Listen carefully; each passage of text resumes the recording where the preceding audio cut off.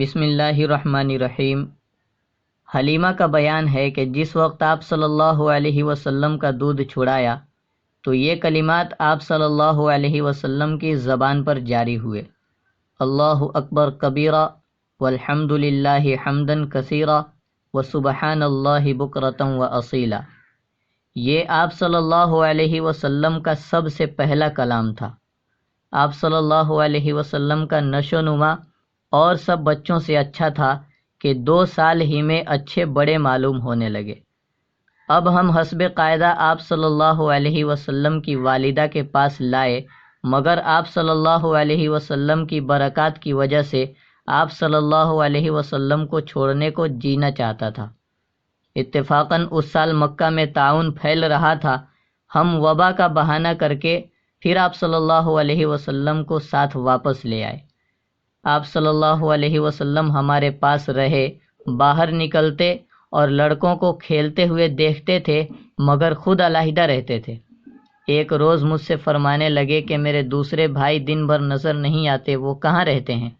میں نے کہا وہ بکریاں چرانے جاتے ہیں۔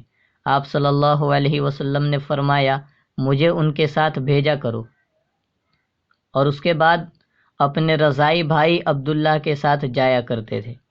ایک مرتبہ دونوں مویشی میں پھر رہے تھے کہ عبداللہ دوڑتے اور ہانپتے ہوئے گھر پہنچے اور اپنے باپ سے کہا کہ میرے قریشی بھائی کو 2 سفید کپڑے والے آدمیوں نے پکڑ کر لیٹایا اور شکم چاک کر دیا۔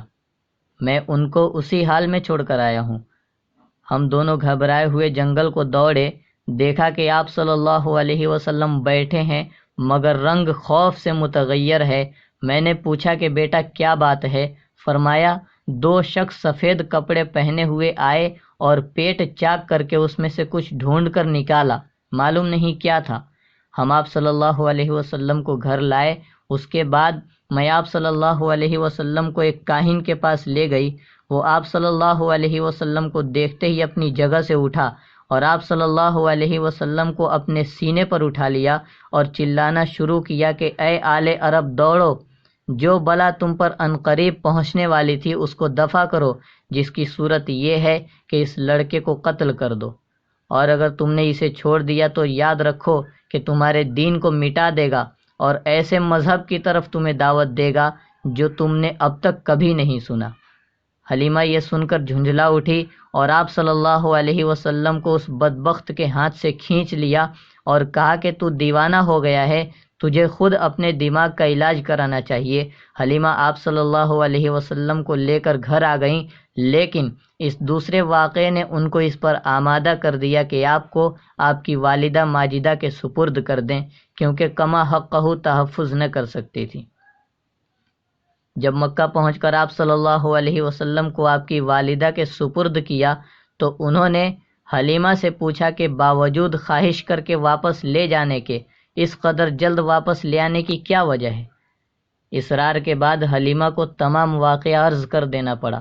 انہوں نے سن کر فرمایا بے شک میرے بیٹے کی ایک خاص نشانی ہے، اور پھر ایام حمل اور وقت ولادت کے حیرت انگیز واقعات سنائے۔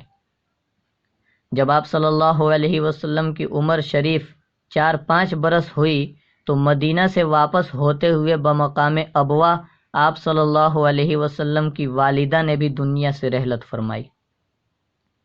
بچپن کا زمانہ، 6 سال کی عمر ہے، والد کا سایہ پہلے ہی اٹھ چکا ہے، والدہ کی آغوش شفقت کا بھی خاتمہ ہوا، لیکن یہ یتیم جس آغوش رحمت میں پرورش پانے والا ہے وہ ان اسباب سے بے نیاز ہے۔ والدین کے بعد آپ صلی اللہ علیہ وسلم اپنے دادا عبد المطلب کے پاس رہے، لیکن خدائے قدوس کو دکھلانا تھا کہ یہ نونہال محض آغوش رحمت میں پرورش پانے والا ہے، مسبب الاسباب ان کی تربیت کا خود کفیل ہو چکا ہے۔ جب آپ صلی اللہ علیہ وسلم کی عمر 8 برس 2 مہینے 10 دن کی ہوئی تو عبد المطلب نے بھی دنیا سے رحلت فرمائی۔